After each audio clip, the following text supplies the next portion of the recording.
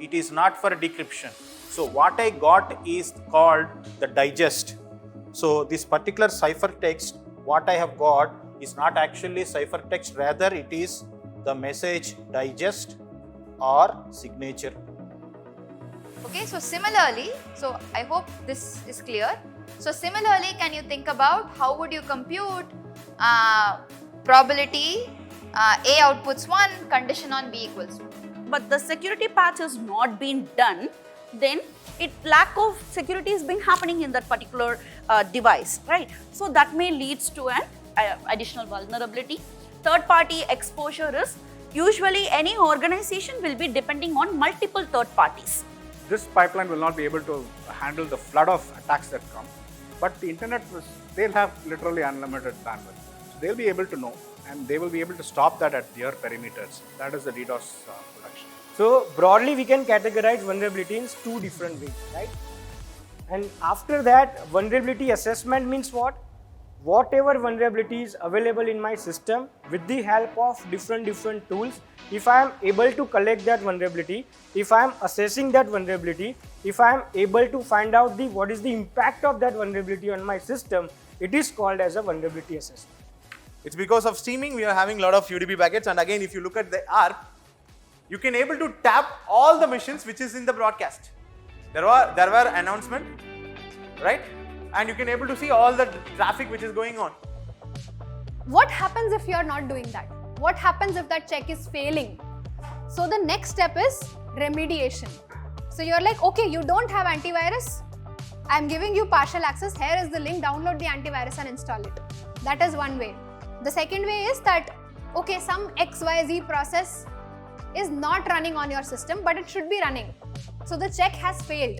I mean, we can talk about VPNs for hours and hours, but the types of VPNs broadly that we see today are site-to-site VPNs and remote access VPNs.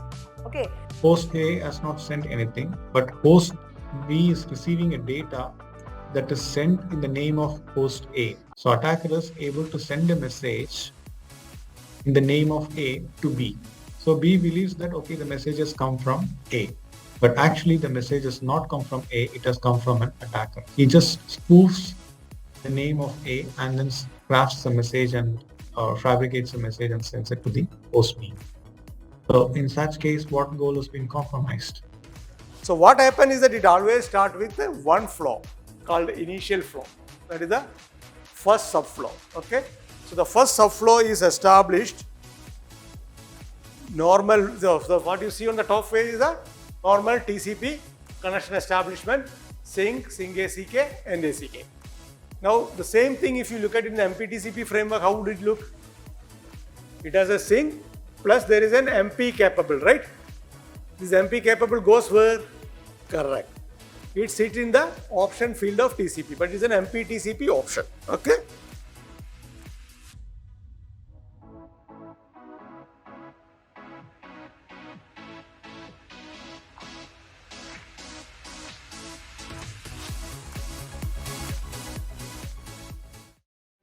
Hello all, my name is Sri Sindhu, pursuing 3rd B.Tech in Information Technology at Prasad B. Potloti Siddhartha Institute of Technology. In this 2 weeks of course, Winter School, conducted by ACM, we have grasped a lot of knowledge, and the most interesting part of the session is the hands-on sessions. So we could learn how to work with the tools that are related to this cybersecurity and cryptography. I would like to thank ACM India and VIT Vellore for organizing such an interesting event which would help students to gain knowledge much. Thank you. Hello everyone, I am Shobhit Juglan, a pre-final year student at IIT Roper. So the 2 weeks were really interesting. The guest speakers were really experienced. We had guest speakers from industry, research professionals, and the hands-on sessions were truly amazing. I would like to encourage all the students who are looking at this video to participate and nominate themselves for such sessions. And the people who work behind the scenes, I would like to thank all of them very much. Thank you. Greetings all. Myself Rohan Agarwal from VIT Vellore. I would like to thank ACM as well as VIT Vellore for conducting a session on cryptography and cybersecurity. In the course of 2 weeks, I've learned about cryptography in specific. If I go towards that, symmetric cryptography, asymmetric cryptography, post-quantum cryptography, and many more. From basics till the advanced level of how we can guarantee that it is secure.